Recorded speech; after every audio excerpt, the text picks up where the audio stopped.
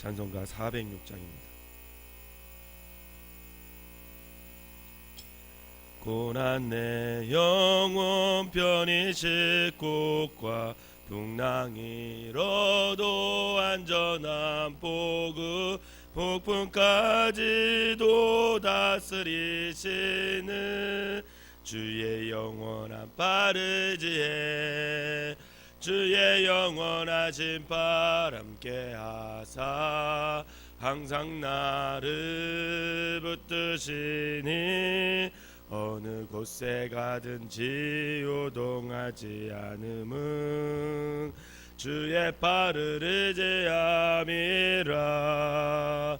세상 친구들 나를 버려도 예수는 함께 동행함으로 주의 은혜가 충만하리니 주의 영원한 바르지에 주의 영원하신 바람께 하사 항상 나를 붙드시니 어느 곳에 가든지 요동하지 않음은 주의 발을 의지함이라.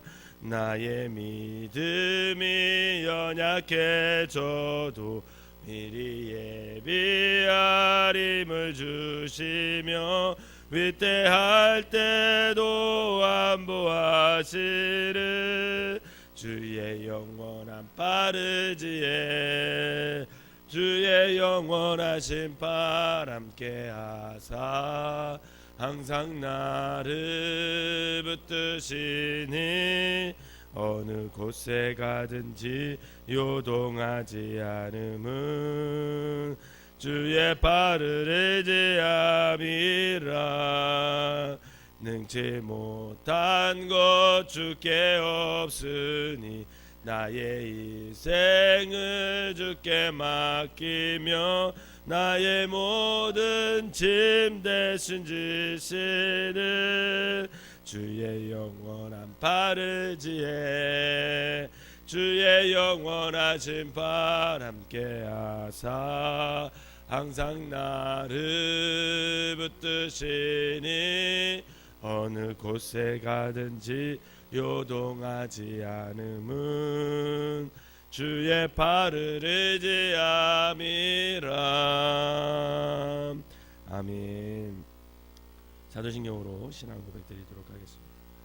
전능하사 천지를 만드신 하나님 아버지를 내가 믿사오며 그 외아들 우리 주 예수 그리스도를 믿사오니 이는 성령으로 잉태하사 동정녀 마리아에게 나시고 본디오 빌라도에게 고난을 받으사 십자가에 못 박혀 죽으시고 장사한 지 사흘 만에 죽은 자 가운데서 다시 살아나시며 하늘에 오르사 전능하신 하나님 우편에 앉아 계시다가 저리로서 산자와 죽은 자를 심판하러 오시리라. 성령을 믿사오며 거룩한 공예와 성도가 서로 교통하는 것과 죄를 사하여 주시는 것과 몸이 다시 사는 것과 영원히 사는 것을 믿사옵나이다. 아멘. 오늘 함께 은혜의 말씀은 열왕기하 13장 말씀입니다. 열왕기하 13장 말씀 제가 한 절 읽고 여러분들이 한 절 읽으면서 교독하도록 하겠습니다.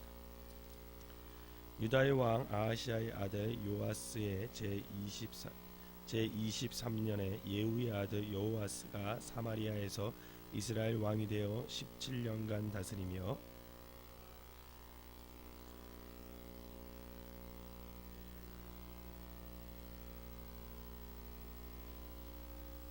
여호와께서 이스라엘에게 노하사 늘 아람 왕 하사엘의 손과 그의 아들 벤 하닷의 손에 넘기셨더니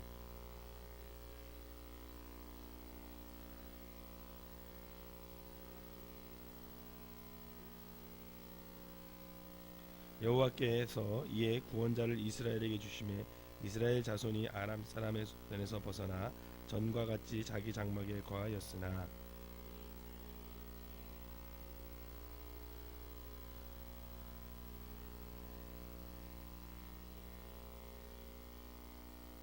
아람 왕이 여호아스의 백성을 멸절하여 타작마당에 티끌같이 되게 하고 마병 50명과 병거 10대와 보병 10,000명 외에는 여호아스에게 남겨두지 아니하였더라.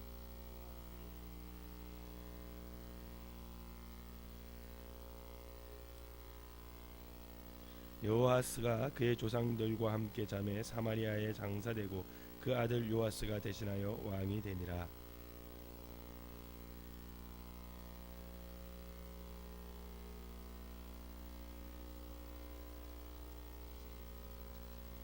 여호와께서 보시기에 악을 행하여 이스라엘에게 범죄하게 한 느밧의 아들 여로보암의 모든 죄에서 떠나지 아니하고 그 가운데 행하였더라.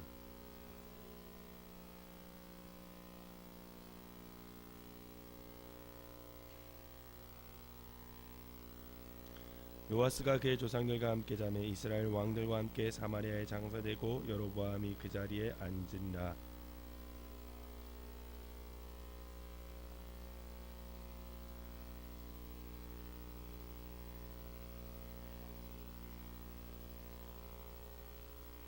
엘리사가 그에게 이르되 활과 화살들을 가져오소서 하는지라 활과 화살들을 그에게 가져오매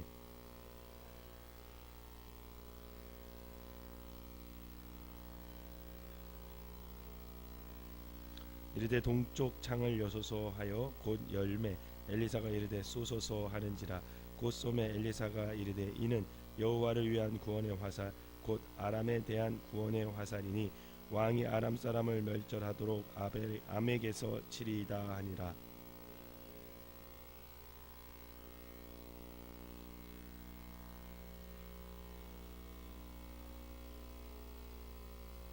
하나님의 사람이 노하여 이르되 왕이 대여섯 번을 칠 것이니이다. 그리하였다면 왕이 아람을 진멸하기까지 쳤으리이다. 그런즉 이제는 왕이 아람을 세 번만 치리이다 하니라.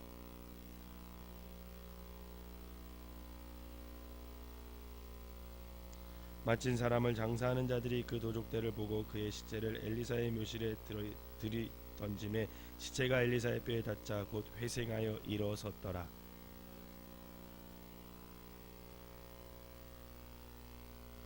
여호와께서 아브라함과 이삭과 야곱과 더불어 세우신 언약 때문에 이스라엘에게 은혜를 베풀며 그들을 불쌍히 여기시며 돌보사 멸하기를 즐거워하지 아니하시고 이때까지 자기 앞에서 쫓아내지 아니하셨더라.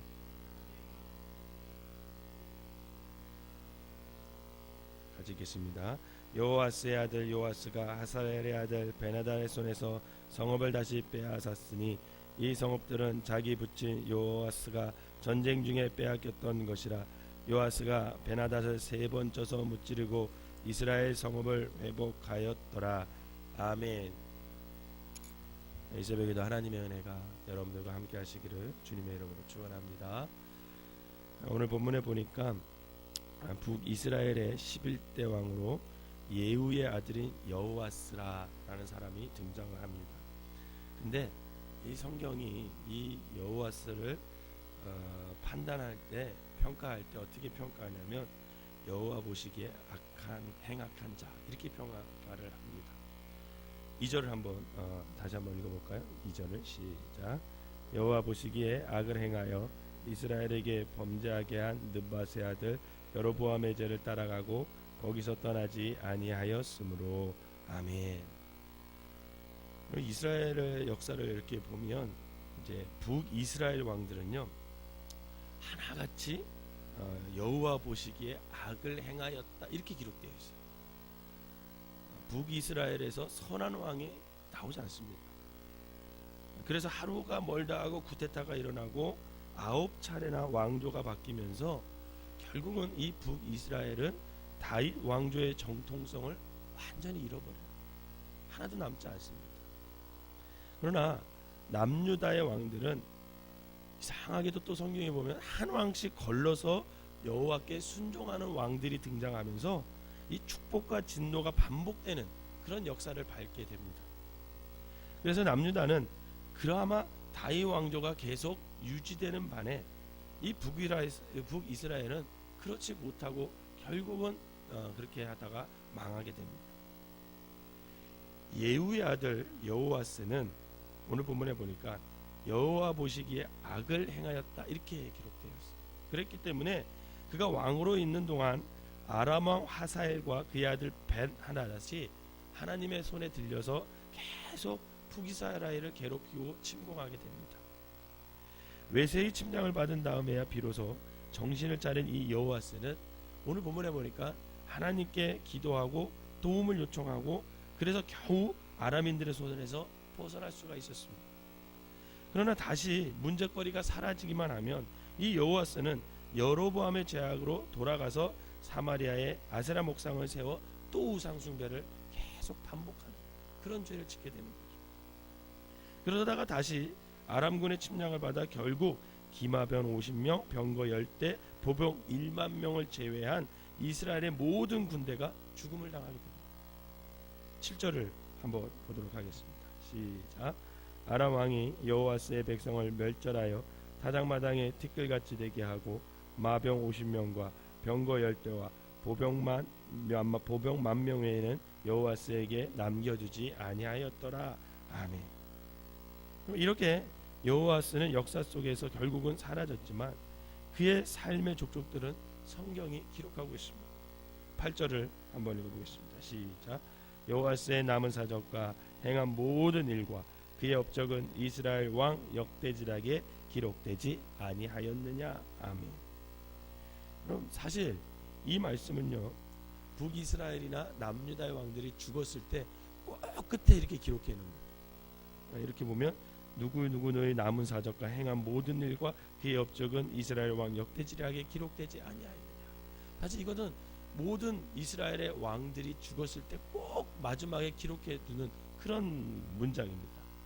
그런데 이런 말씀을 읽게 되면 결국 우리는 이 땅에서 어떻게 살아야 되는지 다시 한번 좀 경각심을 갖게 되는 거죠. 아무리 왕으로 세상을 호령한 사람일지라도 언젠가는 이 세상을 떠나게 되는데 그때는 그의 행한 모든 일들이 역사의 기록에 남겨졌다라는 사실입니다.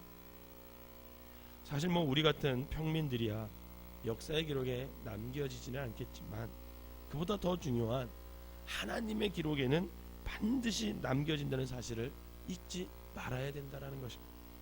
사랑하는 성도 여러분, 우리들이 이 땅을 떠나게 되면 반드시 하나님 앞에 서게 됩니다.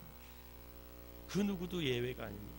반드시 하나님 앞에 서게 되는데 그때에는 이 땅에서 우리가 어떤 업적을 남겼느냐보다는 우리가 하나님 보시기에 얼마나 옳은 일을 했느냐, 하나님의 사람으로 얼마나 살았느냐, 그것을 하나님께서 판단하시게 될 것이라는 것입니다. 말하기는 저와 여러분들이 이 땅에 사는 동안 하나님 앞에서 우리가 어떻게 평가받을지를 생각하며 아버지 하나님 앞에 우리가 겸손하게 하나님 앞에 좋은 평가를 받을 수 있도록 그렇게 여러분들의 삶을 만들어 가시기를 주님의 이름으로 부탁을 드립니다. 그 다음에 우리가 보면 북이스라엘의 11대 왕으로 17년을 통치한 이 여호와스가 죽자 그의 아들 요아스가 왕이 되었다, 이렇게 성경은 또 기록하고 있습니다. 10절을 한번 볼까요? 시작. 유다 왕 요아스의 제37년에 여호아스의 아들 요아스가 사마리아에서 이스라엘 왕이 되어 16년간 다스리며. 아멘. 이 말씀에 의하면 유다의 왕동의 이름도 요아스, 그리고 북이스라엘의 왕의 이름도 요아스다, 이렇게 기록되어 있습니다. 같은 시대에 남유다와 북이스라엘 왕이 동명이인이었다라는 거죠. 그럼 북이스라엘의 요아스는 또 어떤 왕이었을까? 11절을 한번 읽어 보도록 하겠습니다. 시작. 여호와께서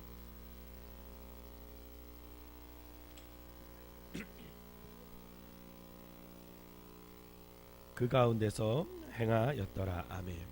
그럼 이 기록은 처음 2절에 여호와스에 대한 평가와 아주 동일합니다.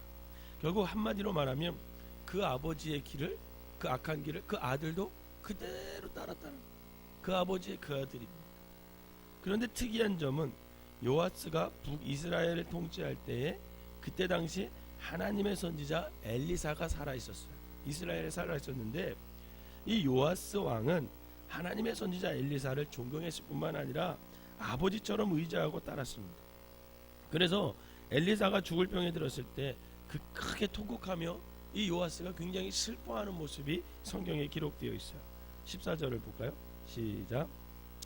엘리사가 죽을 병이 들매 이스라엘의 왕 요아스가 그에게 내려와 자기의 얼굴에 눈물을 흘리며 이르되 내 아버지여 내 아버지여 이스라엘의 병거와 마병이여 하매. 여기 보니까 엘리사가 병에 걸려 죽게 되었는데 엘리사가 얼마나 대단한 선지자였는가 하면, 여러분, 엘리사는요 죽은 후에도 기적을 일으켰던 사람. 엘리사가 죽은 지 1년이 지나 모압의 도적대가 이스라엘을 막 괴롭혔어요. 그런데 그 도적대를 보고 사람을 장사하던 자들이 시체를 엘리사의 묘실에 던졌는데 어떻게 됐습니까? 그 엘리사의 뼈에 그 십자가 닿자마자 살아난 거예요. 즉 죽은 지 1년이 지난 뼈에 닿기만 했어도 살아나는 기적이 일어나는 걸 보면 그때 당시 이 엘리사가 얼마나 대단한 선지자였는지를 알 수가 있습니다. 이와 같은 엘리사의 능력을 누구보다도 잘 알고 있었던 요아스였기에 아람과 대치하고 있던 그 이스라엘로서는 엘리사의 죽음이 엄청난 위기가 아닐 수 없었습니다. 그래서 요아스가 엘리사가에게 찾아와서 뭐라고 했냐면 우리 이스라엘의 병거와 마병이야, 이렇게 표현해요. 그만큼 엘리사가 이스라엘을 지켜주고 있었다라는 거죠. 그런데 엘리사가 죽어가면서 요아스에게 예언을 하나 합니다. 뭐라고 하냐면 먼저 활을 잡고 동쪽 창을 열고 쏘게 합니다. 그리고 그 화살을 집게하고 땅을 막 치게 하라고 합니다. 이때 요아스가 3번만 치고 그치자 엘리사는 아주 크게 화를 내요. 더 많이 땅을 쳤어야 하는데 3번만 땅을 쳤기에 아람을 앞으로 3번만 물리칠 수 있을 거다, 이렇게 예언을 합니다. 이 말씀을 이렇게 읽다 보면 쉽게 이해가 되지 않아요. 엘리사가 요아스의 행동에 화를 낸 이유가 여러 번 쳤어야 하는데 3번밖에 안 쳤다는 사실에, 그런데 우리는 주목할 필요가 있다라는 겁니다. 엘리사는 요아스에게 무턱대고 화살을 들어서 땅을 치라고 말하지 않습니다. 땅을 치는 화살은 곧 구원의 화살이며 아람을 멸절시키는 화살이라고 분명히 말해 줬습니다. 그리고 그 화살을 짚고 땅을 치라고 했어요. 17절 한번 볼까요? 17절 시작. 이르되 동쪽 창을 여소서 하여 곧 열매 엘리사가 이르되 쏘소서 하는지라 곧 쏘매 엘리사가 이르되 이는 여호와를 위한 구원의 화살 곧 아람에 대한 구원의 화살이니 왕이 아람 사람을 멸절하도록 암에게서 치리다 하니라. 아멘. 그럼 이것은 엘리사가 요아스에게 아람과의 전쟁을 염두에 두고 한 말입니다. 그런데 요아스는 이런 말을 들었음에도 불구하고 3번밖에 안 쳤다는 거죠. 이것은 요아스의 마음 상태를 지금 말해주는 겁니다.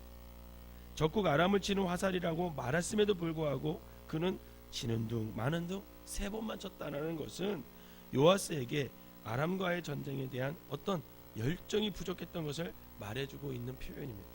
즉 요아스에게는 아람을 이기고 싶은 마음은 있었겠죠. 그러나 그것을 향한 뜨거운 어떤 간절한 그런 열망이 없었다라는 거예요.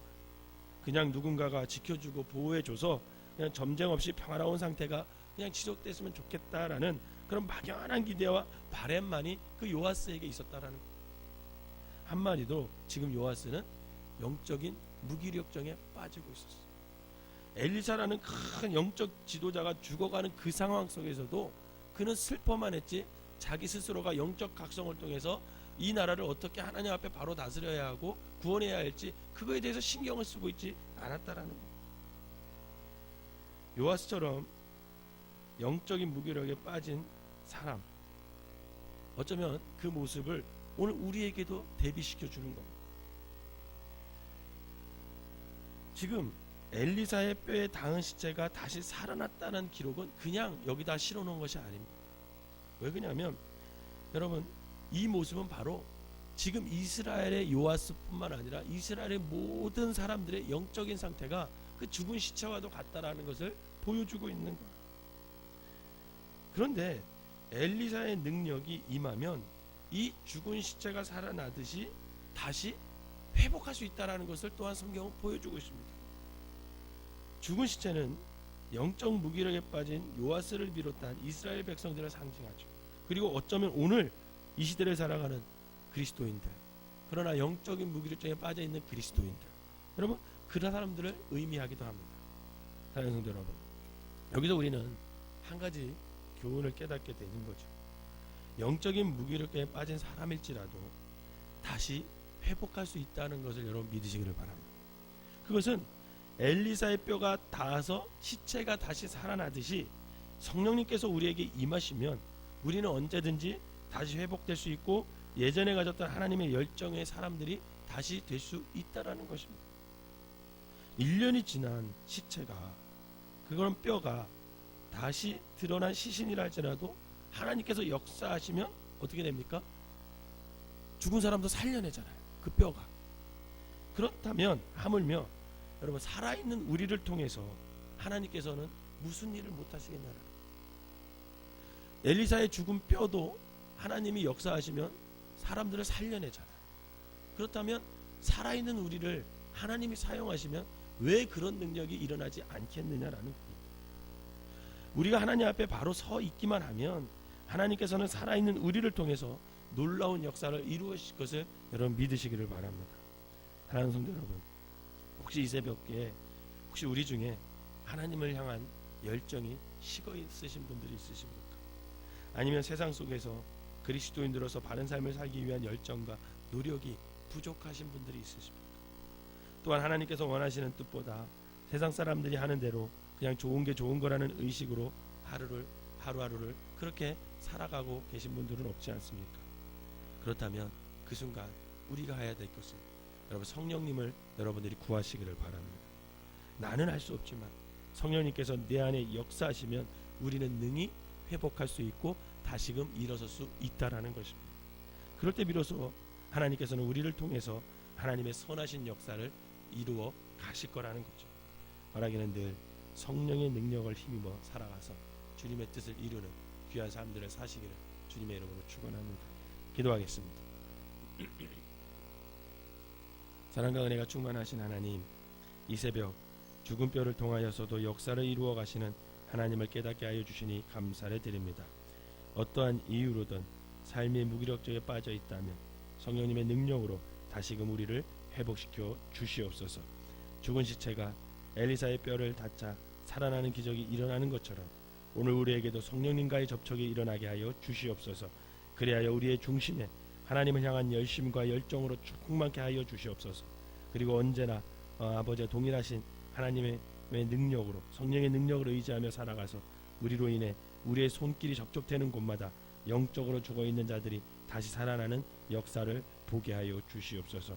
오늘 하루도 우리가 성령님을 의지하며 살아가는 귀한 하루가 되게 하여 주시고, 우리가 아버지 가는 곳마다 또 우리가 만나는 사람마다 우리를 통해서 아버지 성령의 역사가 흘러가게 하여 주셔서 아버지 만나는 사람마다 성령의 능력을 체험하는 놀라운 역사가 일어나게 하여 주시옵소서.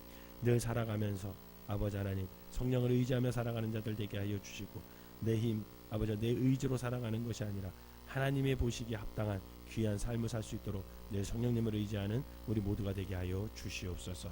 예수님의 이름으로 기도하옵나이다. 아멘.